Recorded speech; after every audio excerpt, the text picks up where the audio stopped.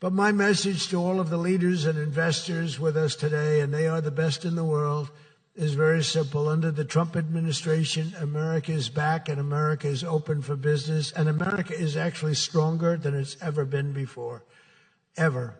We rebuilt the military in my first term. Foolishly, we gave a little bit to Afghanistan, but not very much compared to what we built.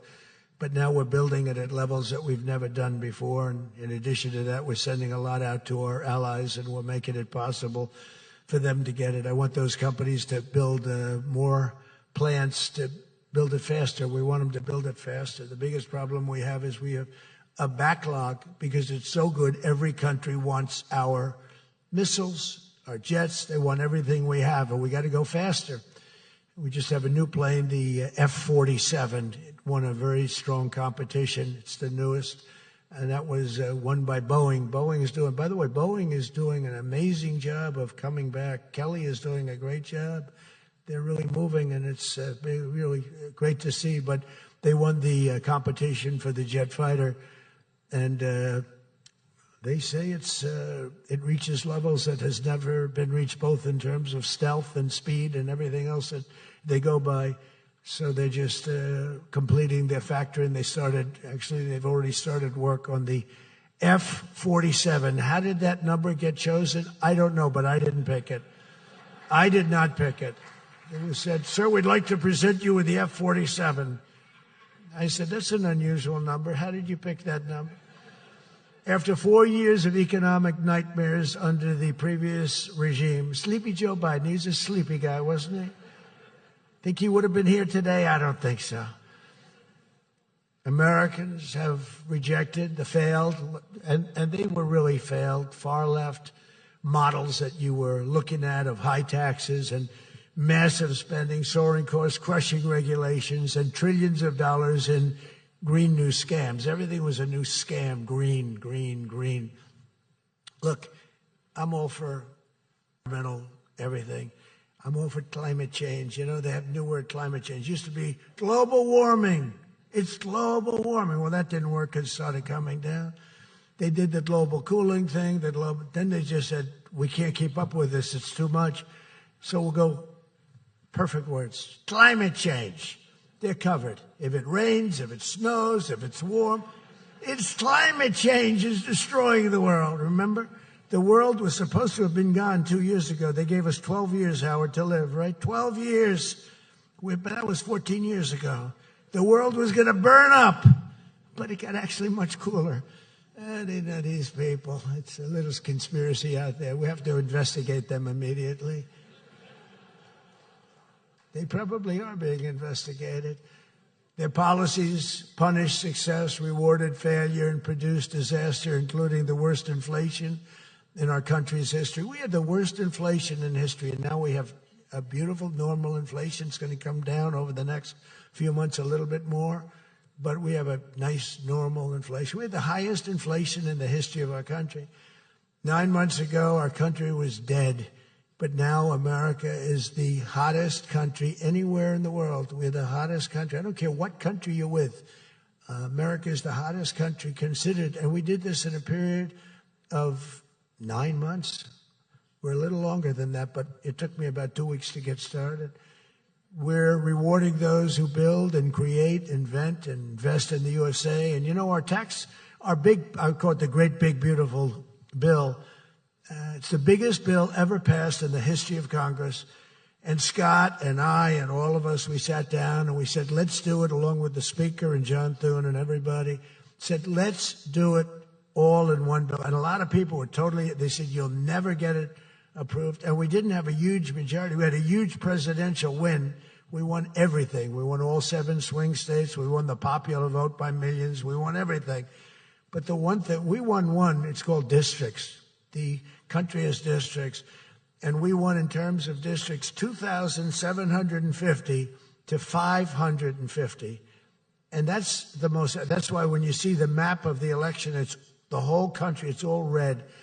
And it's pretty amazing. 2 little blue streaks on the right and on the left. And they're very little and getting smaller. But it's been pretty amazing. But in 4 long years, Joe Biden secured less than $1 trillion. In 9 short months, I've secured $18 trillion to rebuild our factories, create hundreds of thousands of jobs, and bring back those beautiful words, made in America. So think of that. He did less than $1 trillion in 4 years. And in 9 months, we've done more than $18 trillion, okay? That's called success. And we think that by the end of the first year, it'll be over $20 trillion. So, and thank you very much. You helped with that little boost you gave us, that little increase. We appreciate it so much. We appreciate you. So it's just one example. Under the deals being signed this week, workers at GE Aerospace, I think he's here. Where is he? Stand up. What a job you've done with your new engines. And where are you? You're there. It's not a very good location for you. I thought you have been amazing. Great new engine that's supposed to be more efficient, more powerful, and less costly. That's not a bad combination. But GE Aerospace will soon be delivering dozens of new airplane engines for 787 Dreamliners in Saudi Arabia's commercial fleet. Big order. It was a big order just secured. Every new job and every new factory created by these announcements builds up our middle class and really strengthens the industrial backbone of America. And, you know, I view it differently. I used to view it as it's great, great, great. The stock goes up. I view it, everything is jobs now because I don't care. I care about jobs. And we have more jobs. It was just announced. We have more jobs right now than we've ever had in the history of our country. Those are big numbers. You know, it's like crazy. It's just a great stat. More jobs today than we've ever had in the history of our country. And we're going to be producing a lot more are coming. In my first term, we built the greatest economy in the history of the world, and now we're do it again. But this is really bigger and better and stronger. The first term, we had what was considered the best economy that any president has ever had. That's nice. And we got hit with COVID, remember? And we did a great job with COVID, but that was a horrible thing for the whole world. The whole world suffered. Your country suffered. Everybody suffered. And despite that, we had the greatest economy. And before that, forget it. We blew it off the charts. I'll never forget, I met with pollsters the day before I got the news about COVID, but I met with 2 pollsters because we were starting to think about the next election. They said, sir, if George Washington and Abraham Lincoln came back from the dead and they aligned and they went for the president, vice president as a combination, you'd be beating them by 25 points. And then the next day I was told that something strange is happening.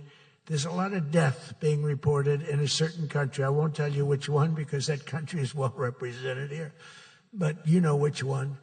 And thousands and thousands of people are dying.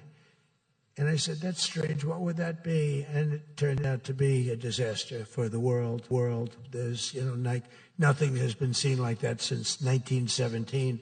I always thought that when I heard, pandemic or anything you want to call it, but I always thought that was like an ancient phenomena, that could never happen in modern times, but it did. But we did a great job with all of the things that we did with the vaccines, with the so many of the drugs that we came up with, making you better. Regeneron is an example. Regeneron was fantastic. I give them great credit for what they did. But we did great, and then we started doing the gowns and the masks and the goggles and the ventilators. We were sending ventilators all over the world. We became the king of ventilators. But what a period of time that was for all of us. But despite that, we had the greatest economy in the history of we had the greatest economy in the history of the world. And I'll tell you, it was an amazing time. But this looks like it's going to be blowing it away, because when these plants, which are being built now, and many are going to be started very shortly, but when they open, we're going to see numbers the likes of which nobody's ever seen before. And, in some cases, you're building extremely complex plants. You're building plants to make computers and to make telephones, to make a lot of different things, missiles. But you're building plants that make things that are very very detailed, and you have to have great knowledge. And you're coming here and you find if we don't have people that did that before, we are allowing you, and I may take a little heat. I always take a little heat from my people, the people that love me and the people that I love. They happen to be toward the right of center, toward the right. Sometimes they're way right. But if you have to bring people to get those plants opened, we want you to do that, and we want those people to teach our people how to make computer chips and how to make other things.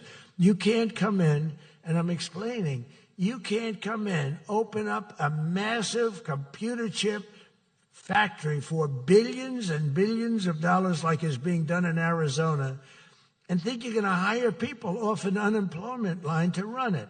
They're going to have to bring thousands of people with them, and I'm going to welcome those people. Now, I love my conservative friends. I love MAGA, but this is MAGA. And those people are going to teach our people how to make computer chips, and in a short period of time, our people are going to be doing great, and those people can go home where they probably always want to be. You know, when people are born someplace, they tend to want to go, and we have the greatest country in the world, but they want to go. But they're going to do. We had one case in Georgia where a battery factory, batteries are very dangerous to make. They're complex, much more complex than people understand. And they spent $1 billion to build a factory, and they were told to get out. And I said, stop it. Don't be stupid. And we worked it out. And now they're teaching our people how to do it. But they're going to have to spend, Jensen, I don't think you can open up a big plant with your friend from Taiwan where we're going to have 40 or 50% of the computer chip business I don't think you can do that with people that don't even know what a chip looks like. Do you agree with that? So somehow, you know, the people that are against this are really, really smart. They're unbelievable patriots, but they just don't understand. Our people have to be taught. This is something they've never done. And we're not going to be successful if we don't allow people that invest billions of dollars in plant and equipment to bring a lot of their people from their country to get that plant open, operating, and working. I'm sorry.